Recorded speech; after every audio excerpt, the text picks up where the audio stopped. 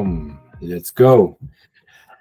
Monsieur Samiako, ici présent avec nous. J'apprécie beaucoup ta présence avec nous aujourd'hui et de discuter de ce qu'on va parler, voir comment la situation de l'immobilier en France, un beau pays où est-ce que les possibilités d'investissement sont énormes, les possibilités de tourisme, les possibilités de vivre sont excellentes et parmi les places où est-ce que tout le monde rêve de vivre finalement.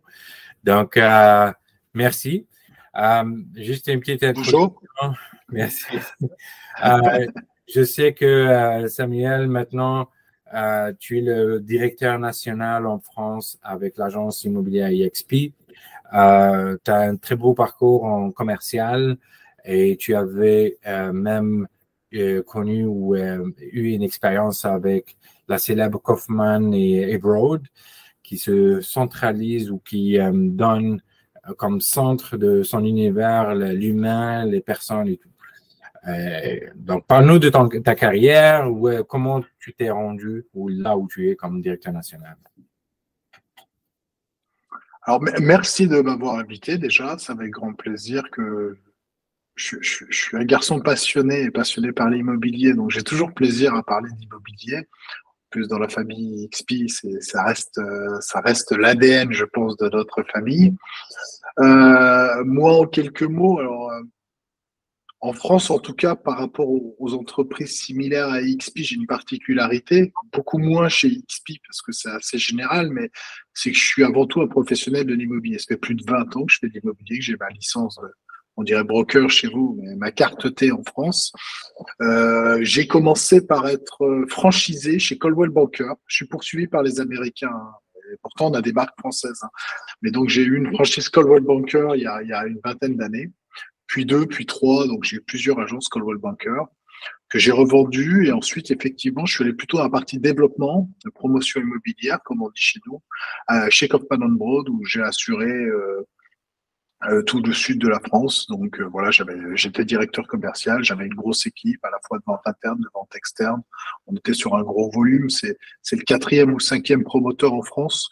Ça dépend des années. Donc, on est sur une grosse structure et c'était un véritable plaisir de voir un autre aspect du métier. Ma vocation était plutôt d'être entrepreneur. Donc, après Kaufman, j'ai recréé une société de vente d'immobilier neuf que je dirigeais. Et j'ai été contacté en plein confinement par une amie, je dirais une amitié professionnelle, Audrey, pour ne pas la citer, que j'avais rencontré à l'époque de Coldwell Banker, donc on remonte 20 ans avant, mais on avait gardé le contact. On a quelques années d'écart, elle est un peu plus âgée que moi, elle a beaucoup plus d'expérience, mais on avait vraiment sympathisé, on avait beaucoup travaillé avec la master franchise européenne, avec les États-Unis sur la franchise Coldwell, donc on s'était pas mal rapprochés. Et puis elle m'a appelé en me disant, écoute, je fais partie, elle vit 6 mois en Antibes, à Juan-les-Pins, dans le sud de la France, et 6 mois au Texas. Donc, je fais partie d'une nouvelle aventure. Elle a largement l'âge de se reposer, mais elle n'a pas envie, qui s'appelle EXP. Et je suis assez proche de Jason Gazing, des autres instances, et on va développer l'Europe. Donc, c'était pas encore fait. Michael Valdez n'avait pas encore été recruté. On est en tout début de l'année 2020. Et donc, voilà, elle commence à m'expliquer, m'envoyer une invitation pour avoir moi-même un avatar. Ça tombe bien, on est à la maison, on peut pas faire grand-chose. Donc, je le regarde de très près et je me dis que cette aventure est assez folle.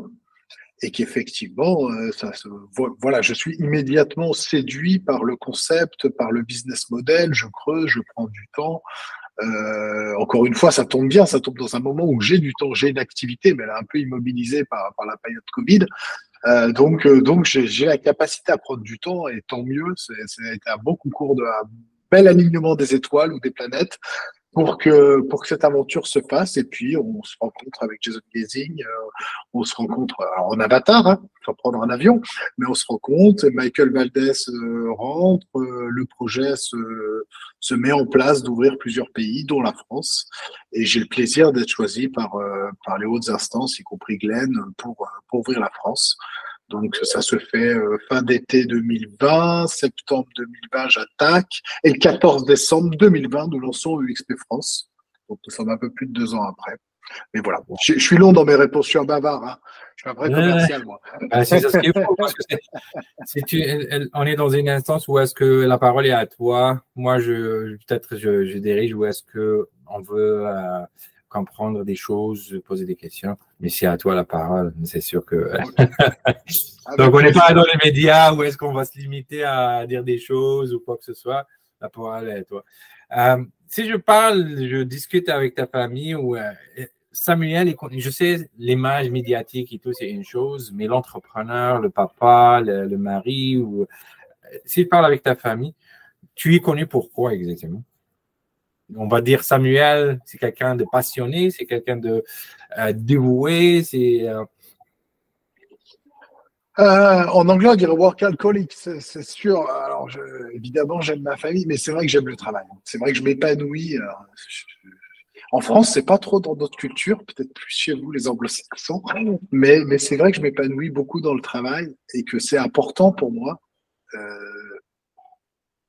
J'ai pas de problème d'ego, mais j'aime réussir. J'aime que les entreprises, voilà, j'aime le succès. Alors pas le succès personnel encore une fois, mais le succès d'une initiative, d'une action. J'aime que les choses soient bien faites. Alors je me suis beaucoup attaché depuis le lancement de XP France, c'est-à-dire je voulais pas juste faire les choses, mais les faire bien. J'aime que les gens soient contents. J'aime vraiment que les gens soient contents. Ouais, je suis très empathique. Alors, je pense que c'est une qualité qui est indissociable du conseiller en immobilier. Voilà, même trop. J'essaye toujours de me mettre dans la peau de l'autre. Donc, c'est probablement un défaut, même à corriger, plus qu'une qualité. Enfin, c'est une qualité sans aucun doute, mais je pense que c'en est presque devenu un défaut. Donc j'ai vraiment cette volonté de donner à mes conseillers aujourd'hui en France ce que moi, j'aimerais avoir si je signais chez UXP. Donc voilà, donc qu'est-ce que dirait ma famille? C'est que oui, je suis très investi dans mon travail, très passionné, et qu'ensuite, bah, après, je sais pas s'il dirait du bien de moi, je me demande, hein, mais j'espère que oui, non, sinon je suis papa de 3 garçons. Donc voilà,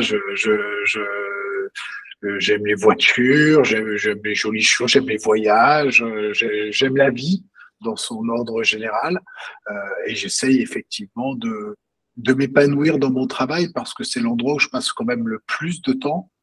Alors là, j'ai découvert le bonheur. En plus, j'ai un enfant qui est assez jeune, qui est en bas âge, donc c'est vrai que le télétravail a cet avantage, c'est d'être à la maison, donc on travaille beaucoup, parce que la limite vie privée, vie professionnelle est plus sombre.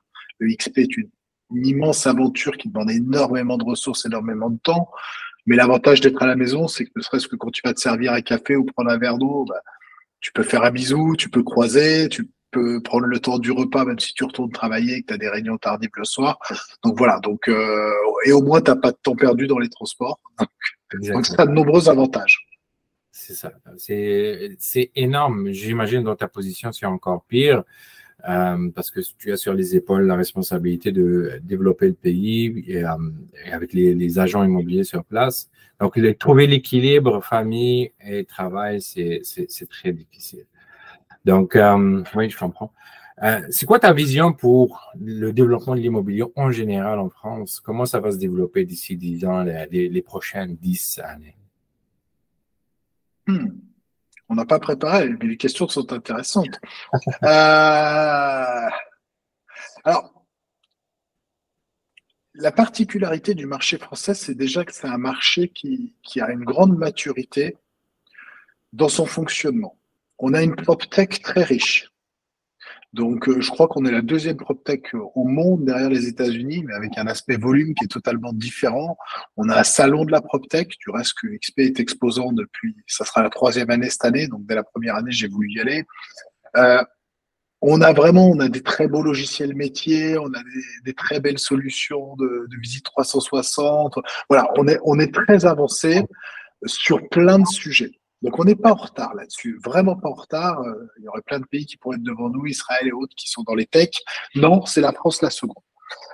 Ça, c'est le premier point. Le deuxième point, c'est que sur les marchés online comme XP, là non plus, nous ne sommes pas du tout au même niveau que plein de pays.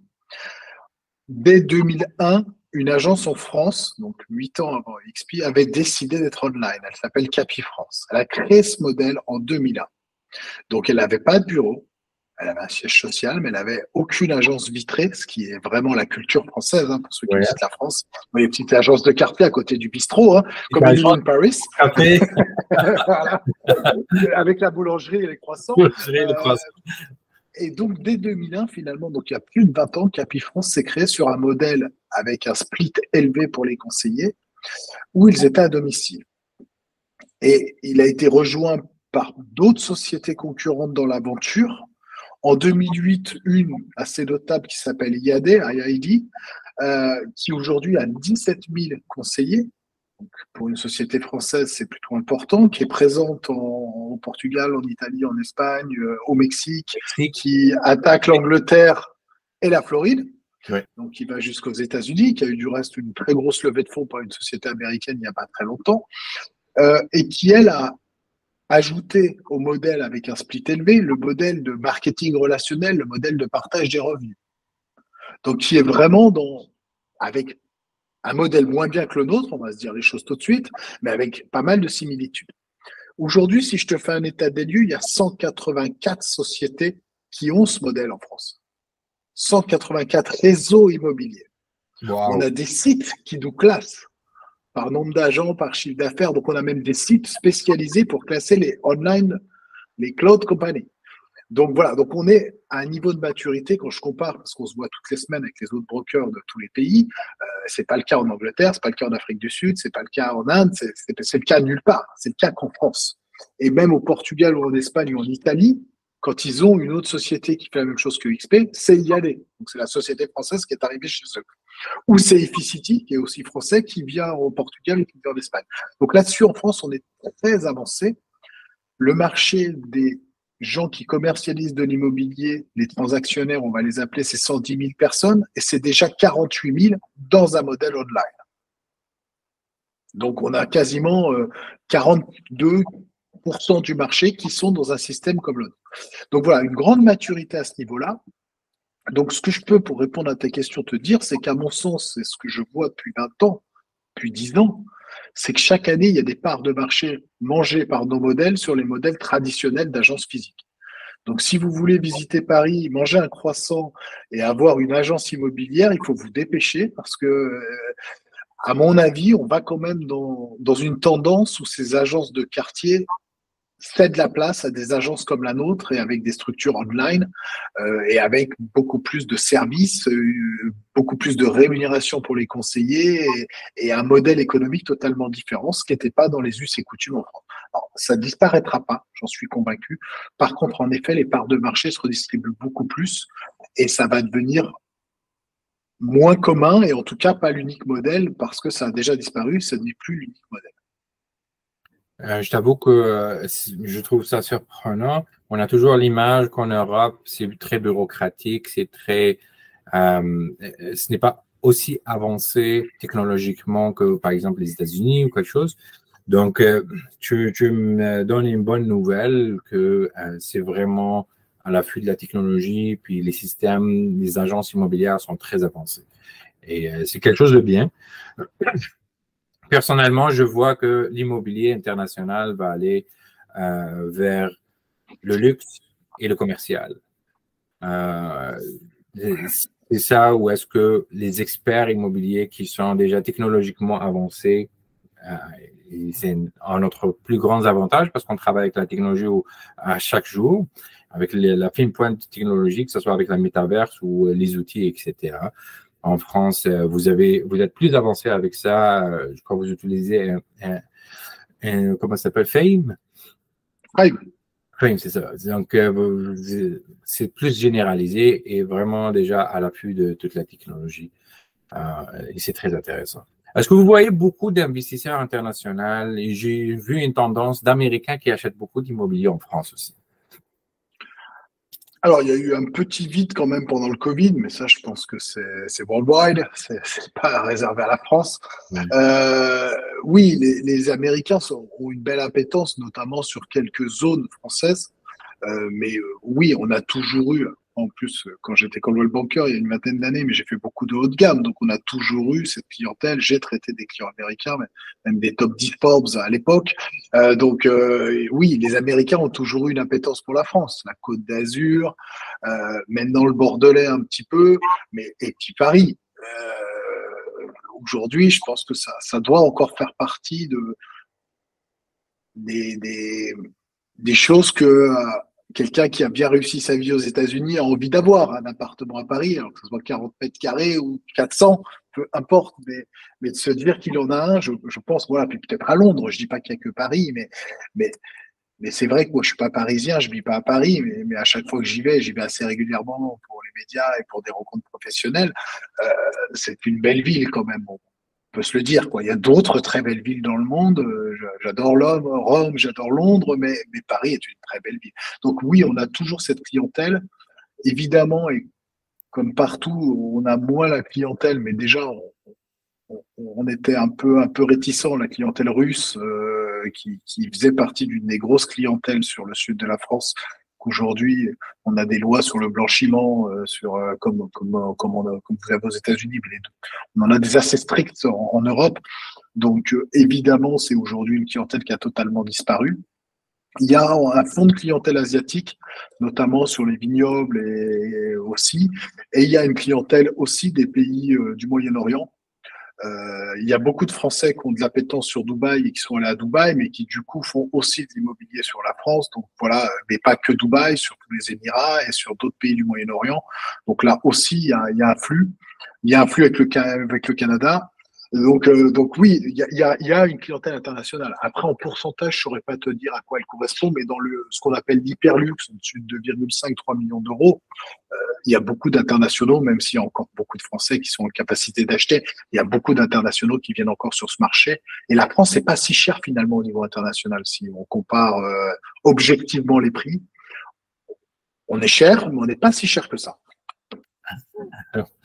Ben, c'est ça. Et moi, je vois des tendances. J'ai même été approché par un proche de Grant Cardone, qui est d'ailleurs avec notre compagnie, pour acheter du commercial autour du Sud et des choses comme ça. Est-ce que c'est vraiment quelque chose, une tendance qu'on voit de plus en plus? Des commerciales, genre des immeubles à bureaux, des affaires de même? Alors là c'est là où je vais être moins éloquent. Moi, s'il y a un domaine de l'immobilier que je connais mal, OK. c'est l'immobilier commercial. Je connais très très bien le résidentiel sans prétention. Je connais très bien le neuf Oui. parce que c'est vraiment des domaines que j'ai beaucoup travaillé. Je connais moins l'immobilier commercial. Euh, Aujourd'hui, quand même, par contre, les données qu'on peut lire sur l'immobilier commercial ne sont pas très bonnes. Et du reste, notamment aux États-Unis, Oui. c'est un secteur qui est assez mouvementé. En France, non plus. Il y a quand même des taux de vacances assez importants. Voilà, donc je pense que ça fait partie des grands piliers de l'immobilier. Évidemment, ça reste essentiel de le creuser.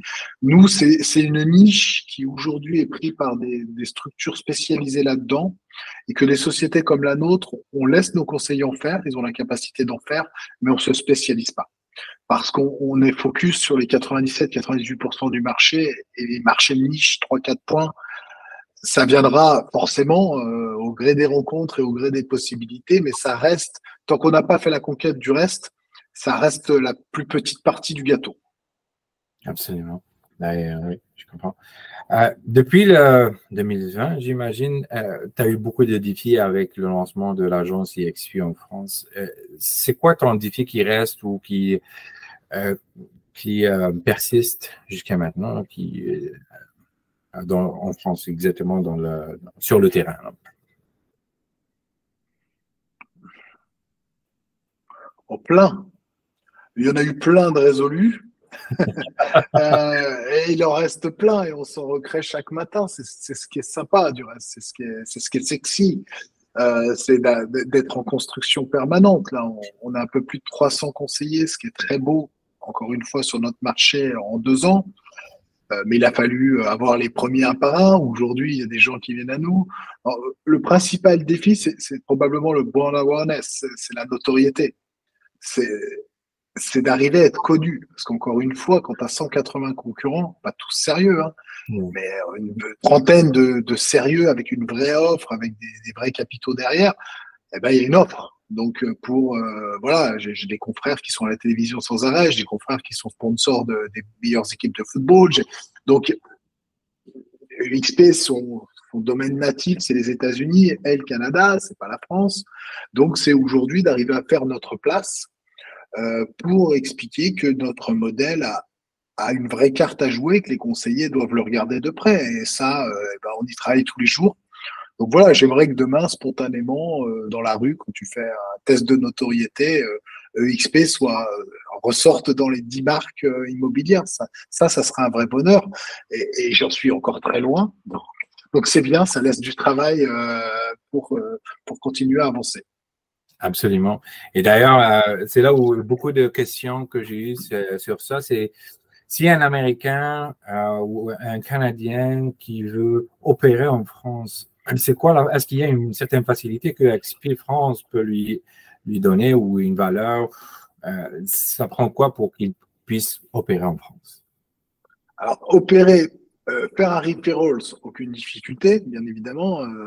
Donc, on saura travailler par tous les biais pour faire un partage de commission via sa licence américaine. S'il veut réellement avoir une licence en France, il va lui falloir être domicilié en France. OK. Donc, même si c'est 6 mois, mais à minima 6 mois, il va falloir une vraie domiciliation en France. Il va falloir un numéro de sécurité sociale en France, puisqu'on crée un statut qui est un statut d'indépendant, ça s'appelle une entreprise individuelle, et qu'on fait une demande à la Chambre de commerce et d'industrie d'une attestation d'habilitation pour devenir licencié. Donc, c'est sous ma carte professionnelle. On s'occupe de beaucoup de choses avec le Staff France. Okay. Mais s'il n'a pas un permis de travail ou un permis de séjour en France, ça ne sera pas possible. Donc voilà, donc la base, elle est là. Donc travailler en collaboration sans problème, travailler officiellement, avoir une double licence. On nous a écrit, je ne sais pas si vous l'avez reçu, mais récemment Michael Valdez nous a écrit pour dire qu'on pouvait faire double licence. Double licence. Double licence en Europe, ça n'a pas posé de souci, est-ce qu'on a des accords particuliers? Double licence avec les États-Unis, oui, avec grand plaisir. Mais de la même façon, j'imagine que je ne peux pas être broker aux États-Unis si j'ai pas, un, passé mon truc, deux, ma carte verte. Voilà, il y a des contraintes administratives et en France, de la même façon, il y aura quelques contraintes administratives. Ben, c'est sûr, il y a toujours l'immigration, les affaires de résidence et ensuite. Mais si ça veut, parce que par exemple, Dubaï, je sais qu'on offre un visa de 2 ans pour la résidence pour tous les courtiers qui aimeraient opérer avec EXP à Dubaï. Donc, c'est ça, c'est des facilités de plus en plus qu'on voit, surtout avec notre EXP qui est très agile, qui offre beaucoup d'avantages avec pour tous les agents immobiliers qui aimeraient opérer dans certaines régions. Et c'est ça le cœur de notre modèle. C'est l'agilité. C'est d'ailleurs, Glenn Sanford avait créé le modèle en pensant en 2009 qu'il voulait un modèle qui était anti-récession, anti-problème, donc pas de locaux où est-ce que il y a on a des responsabilités ou des devabilités, liabilities comme on dit en anglais.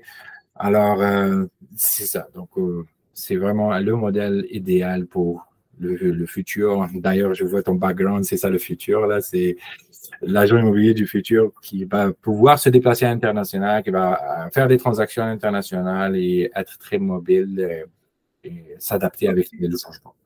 Mais on a déjà fait un certain nombre de transactions avec des clients américains chez XP, avec des clients portugais, avec des Italiens, avec des Espagnols. Donc voilà, ça marche. Hein. Oui. Le fait d'être un réseau, alors que moi j'ai déjà été dans des réseaux internationaux comme Coldwell Banker, ça marchait pas. J'arrivais à faire des clients, mais par ma propre communication, par des modèles tout à fait traditionnels. Là, on a réellement des referrals qui arrivent du réseau, proprement dit, enfin, de la collaboration entre agents, avec l'Angleterre aussi, avec UK, Adam, il s'appelle Adam comme toi, avec qui on travaille bien. Et vraiment, on s'envoie des infos, on travaille ensemble. Donc, ça, c'est vraiment agréable. Et c'est une vraie victoire, je trouve, pour l'immobilier et pour ses conseillers.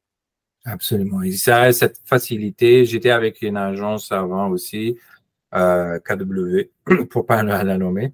Et je voulais ouvrir certaines franchises en partenariat avec quelqu'un. et c'était très compliqué. Comme tu sais, les franchises, ils ont cette bureaucratie et puis toutes les responsabilités qu'il y a, l'embauche de gens, les frais à débourser et tout. Alors que maintenant, je peux opérer au Mexique, j'ai des agents immobiliers au Mexique, puis j'opère avec et tout. Donc, si quelqu'un veut recruter en France, créer un groupe en France, est-ce qu'il y a des ressources pour les aider, des présentations, des choses comme ça que vous offrez ou est-ce qu'on peut trouver ces ressources-là? Alors oui, alors, le site expfrance.fr déjà, Oui. voilà qui va ressembler aux autres sites de Global, mais sur lequel vous allez pouvoir trouver une partie, nous rejoindre. Vous trouverez une présentation à deck, plus des vidéos, en plus vient d'être mis à jour, donc vous allez trouver un certain nombre d'éléments. Après, la plus grande source d'information, je pense que c'est sur YouTube. Vous tapez XP France et là vous avez une chaîne où on a vraiment essayé de mettre des webinaires en live, des petites 5 minutes. Voilà, on essaie d'y mettre de la ressource parce que justement, bah, les gens, ils aiment bien être autonomes, ils aiment bien prendre le temps, le regarder quand ils veulent. Donc, ça, voilà. Ensuite, moi, je fais un webinaire sur Zoom tous les mercredis à 18h en live, 18h heure de Paris. Donc là, les conseillers, les agents XP qui veulent inviter des Français, ils peuvent les inviter et faire le suivi. Je travaille notamment avec quelques Canadiens qui régulièrement m'envoient du monde dans mes webinaires et font leur suivi derrière et ont recruté un certain nombre de gens en France. Donc ça marche. Il y a déjà des lignées vraiment internationales qui se sont créées sur la France, donc pas de débat là-dessus, ça fonctionne. Qui plus est, oui, parce que vous avez l'expérience, voilà, vous avez le recul, donc vous venez apporter la nouveauté avec cette expérience, donc avec ce savoir-faire, donc ça fonctionne plutôt très bien. Voilà pour les outils. Après Workchat, évidemment, on répond. Donc, on essaye de suivre, on essaye d'aider. J'ai une responsable des opérations, Béatrice, pour ne pas la citer, qui est très active, hyperactive, qui parle couramment anglais. Donc, n'hésitez pas, si vous avez des questions, on pourra vous donner toute l'assistance qui est nécessaire.